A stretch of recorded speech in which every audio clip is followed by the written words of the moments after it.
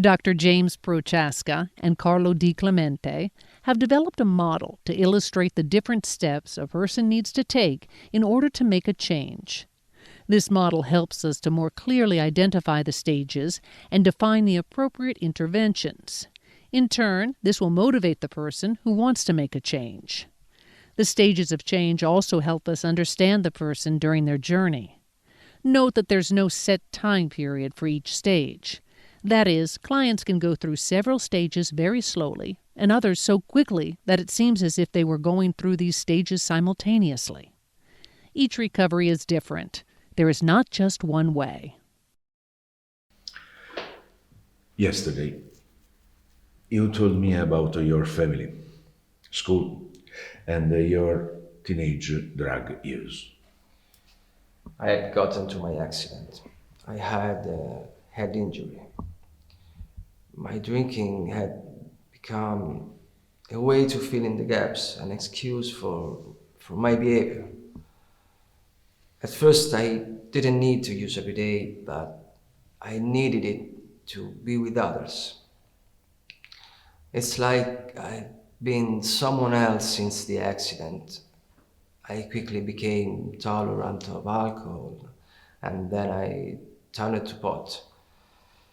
A year later, my motivation was gone, and I dropped out of school. Same story as before. I needed more for the same effects. I non I didn't have the same friends anymore, but people like me who found comfort in substances too. And I could feel the rejection and disapproval of my old friends. But after a good beer and the whole case, I felt much better. I once had a friend who come to talk to me about these concerns, about my drinking. I told him to mind his own business and that he was jealous of my life and my freedom. Come to think of it, a teacher also contacted me to follow up on my from school, and same thing. I laughed at him. My consumption was an escape from reality. Life is bland when I'm sober, and I had a bright future. But at 20, I tried coke, ecstasy, speed, mushrooms, and so on.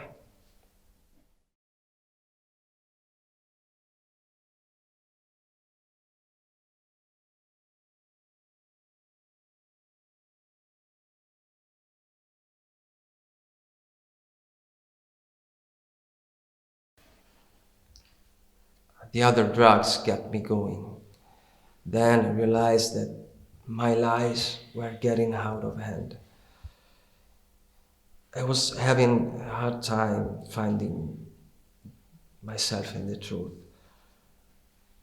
My family doesn't want me anymore, and I'm aware that my addictive behavior has negative consequences. I lie and steal in order to meet this need. I have debts everywhere, and it is impossible to pay it all. I keep lying to preserve my ego.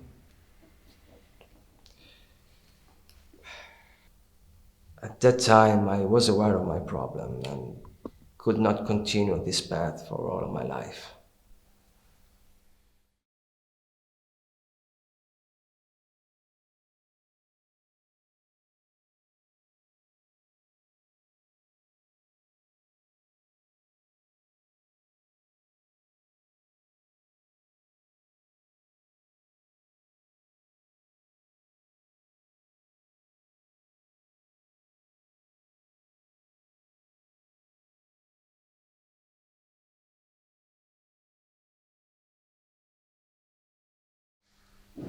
I lived this story for a long time. I've been between two states of consciousness and denial. I couldn't trust myself anymore. During my sober periods, I suffered terribly. My family didn't want to see me anymore, and I, I was ashamed of what I had done to those around me and to my body. I still have traces of some drugs used. You have suffered so much.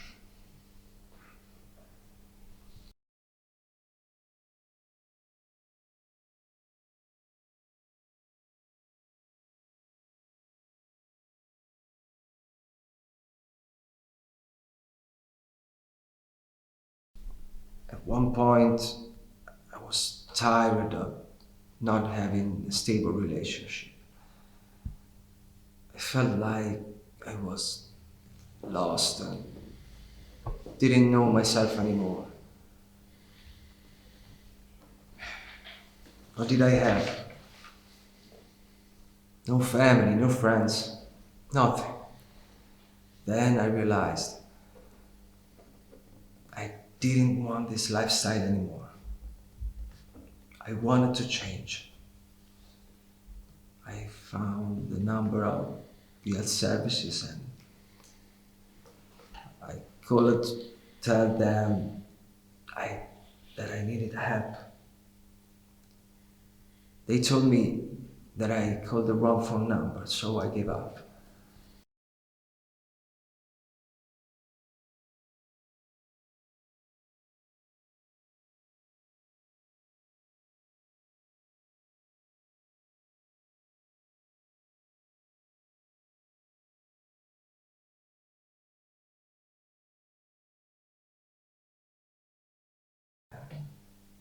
Finally, I called back 3 weeks ago and on the same number. I was immediately transferred to this center and had my spot. I just completed 3 weeks of sobriety. I would like to add a goal on my plan. I would like to contact my family.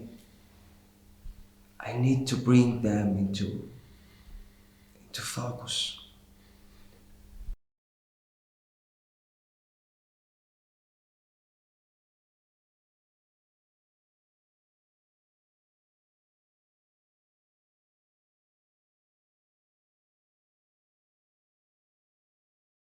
Your progress is remarkable. I recognize the effort and I support your approach. We can contact your family to organize a meeting.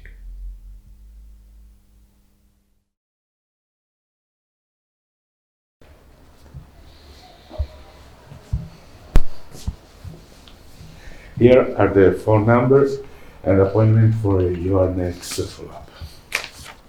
Thank you so much. You have helped me a lot on my journey. I enjoy listening very much. I feel strong. Thanks again.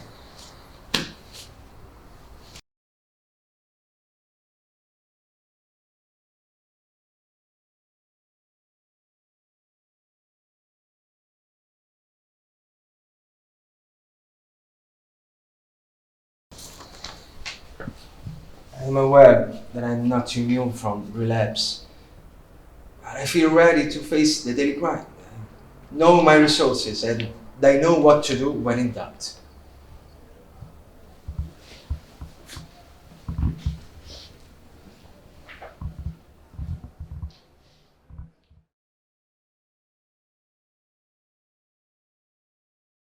This tool guides professionals during their interventions. It's important to know the steps in order to properly meet the person's needs. It should be noted that this tool can be used in situations other than addiction.